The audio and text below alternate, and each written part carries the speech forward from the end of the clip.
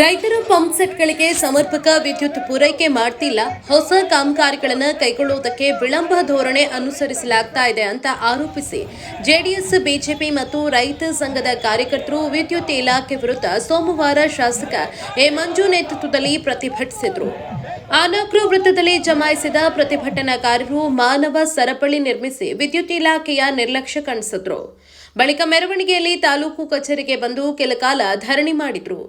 ಪ್ರತಿಭಟನಾಕಾರರ ಪರವಾಗಿ ಶಾಸಕ ಎ ಮಂಜು ಮಾತನಾಡಿ, ಸಮರ್ಪಕವಾಗಿ ವಿದ್ಯುತ್ ಸರಬರಾಜು ಇಲ್ಲದ ಕಾರಣ ರೈತರು ಬೆಳೆಗಳಿಗೆ ನೀರು ಹರಿಸೋದಕ್ಕೆ ಸಾಧ್ಯವಾಗದೆ ಬೆಳೆಗಳು ಒಣಗ್ತಾ ಇವೆ. ತಾಲೂಕಿನ ವಿದ್ಯುತ್ ವಿತರಣಾ ಕೇಂದ್ರಗಳಲ್ಲಿ ನಿರಂತರ 7 ಗಂಟೆ ವಿದ್ಯುತ್ ನೀಡ್ತಾ ಇಲ್ಲ. ಈ ಕುರಿತು ಕೆಪಿಟಿಸಿಎಲ್ ಅಧಿಕಾರಿಗಳೊಂದಿಗೆ ಚರ್ಚಿಸಿದ್ರೂ ಕ್ರಮ ಕೈಗೊಂಡಿಲ್ಲ ಅಂತ ಆಕ್ರೋಶ ವ್ಯಕ್ತಪಡಿಸಿ ಪಟ್ಟಣಕ್ಕೆ 30 ಮೆಗಾವ್ಯಾಟ್ ವಿದ್ಯುತ್ ಸರಬರಾಜಾಗಬೇಕಾಗಿದ್ದು 25 ಮೆಗಾವ್ಯಾಟ್ ಮಾತ್ರ ನೀಡಿ 5 ಮೆಗಾವ್ಯಾಟ್ ವಿದ್ಯುತ್ ಖಾಸಗಿ ಕಾರ್ಖಾನೆಗೆ ಅಕ್ರಮವಾಗಿ ಸರಬರಾಜು ಮಾಡಲಾಗ್ತಾ ಇದೆ ಅಂತ ಆರೋಪಿಸಿದ್ರು. ತಾಲೂಕು ರೈತ ಸಂಘದ ಅಧ್ಯಕ್ಷ ಸಿಬಳ್ಳಿ ಯೋಗಣ್ಣ ಮಾತನಾಡಿದ್ರು. ತಹಶೀಲ್ದಾರ್ ಮಲ್ಲಿಕಾರ್ಜುನ್ ಅವರಿಗೆ ಮನವಿಯನ್ನ ಸಲ್ಲಿಸಲಾಯಿತು. ಈ ಕಾರ್ಯಕ್ರಮಕ್ಕೆ ನೀವೆಲ್ಲರೂ ಬಂದಿದ್ದೀರಿ. ನಾನು ವೈಯಕ್ತಿಕವಾಗಿ ತಾಲೂಕಿನ ರೈತ ಪರವಾಗಿ ತಮಗೆ ಧನ್ಯವಾದಗಳ ಈ ಸಂದರ್ಭದಲ್ಲಿ ನಾನು ಎಲ್ಲ ಸಂಘಟನೆಗಳಿಗೆ ತಿಳಿಸಕ್ಕೆ ಇಷ್ಟಪಡ್ತೀನಿ. ಇದೊಂದು ಹೋರಾಟ ಏನು ಅಂದ್ರೆ ನಮ್ದು ಸ್ಪೆಷಲ್ ಹೋರಾಟ ಏನಿಲ್ಲ. ಸರ್ಕಾರ ಏನ್ ತೀರ್ಮಾನ ಕೊಟ್ಟು 7 ಗಂಟೆಗಳ ಕಾಲ ಕರೆಂಟಿನ ನಿಗದಿತ ಟೈಮ್ನಲ್ಲಿ ಕೊಡ್ತಕ್ಕಂಥದ್ದಕ್ಕೆ ಏನು ಒಪ್ಕೊಂಡಿದ್ದಾರೆ ಅದನ್ನು ವೈಫಲ್ಯ ಆಗಿದೆ. ಅದನ್ನ ಕರೆಕ್ಟ್ ಆಗಿ ಕೊಡಬೇಕು ಅಂತಕ್ಕಂಥದ್ದು ನಮ್ಮ ಒತ್ತಾಯ. ಅದರ ಜೊತೆಗೆ ಇವತ್ತು ಒಂದು ಟ್ರಾನ್ಸ್ಫಾರ್ಮರ್ ಕೆಟ್ಟೋದ್ರೆ ಇದೇ ತಾಲೂಕಿನಲ್ಲಿ ಮಾಡಬೇಕು ಅಂತ ಹೇಳಿ ಆ ಟ್ರಾನ್ಸ್ಫಾರ್ಮರ್ನ ರಿಪೇರಿ ಮಾಡೋದಕ್ಕೆ ಒಂದು ಟೆಂಡರ್ ಆಗಿರ್ತಕ್ಕಂಥದ್ದು ನಮ್ಮ ತಾಲೂಕಿನ ಘಟಕ ಇದೆ. ಆ ಘಟಕವನ್ನ ಇಲ್ಲಿ ಮಾಡಿದಲ್ಲೇ ಅವರು ಮೈಸೂರಿಗೆ ಸ್ಥಳಾಂತರ ಮಾಡಿ ರೈತರಿಗೆ ತೊಂದರೆ ಆಗ್ತಕ್ಕಂಥದ್ದನ್ನ ನಾವು ಮನಗಂಡಿದ್ದೀವಿ.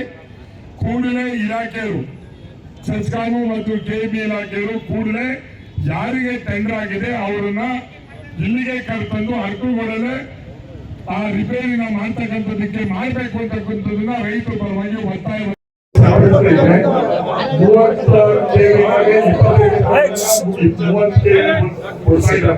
ನಮ್ಮ ಇಲ್ಲಿ ಬರ್ತಕ್ಕಂಥ ಕಾರ್ಯಕ್ರಮ ಅಲ್ಲಿಗೆ ಟ್ರಾನ್ಸ್ಫರ್ ಮಾಡಿದ್ರೆ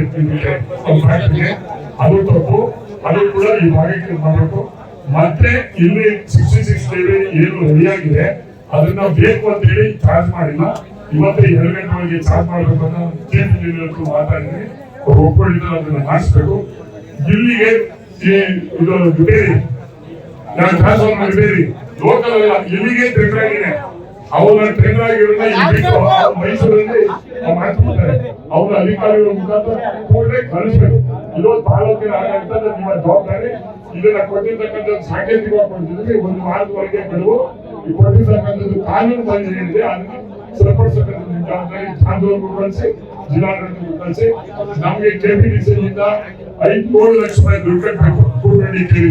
ಮುಖಂಡರಾದ ವಿಎ ನಂಜುಂಡಸ್ವಾಮಿ, ಎಂಎಸ್ ಯೋಗೇಶ್, ಚಂದ್ರಶೇಖರ್, ಶ್ರೀನಿವಾಸ್ ಮೂರ್ತಿ, ರವಿಕುಮಾರ್, ರಘು, ಮಂಜುನಾಥ್ ಇತರರು ಭಾಗವಹಿಸಿದ್ರು.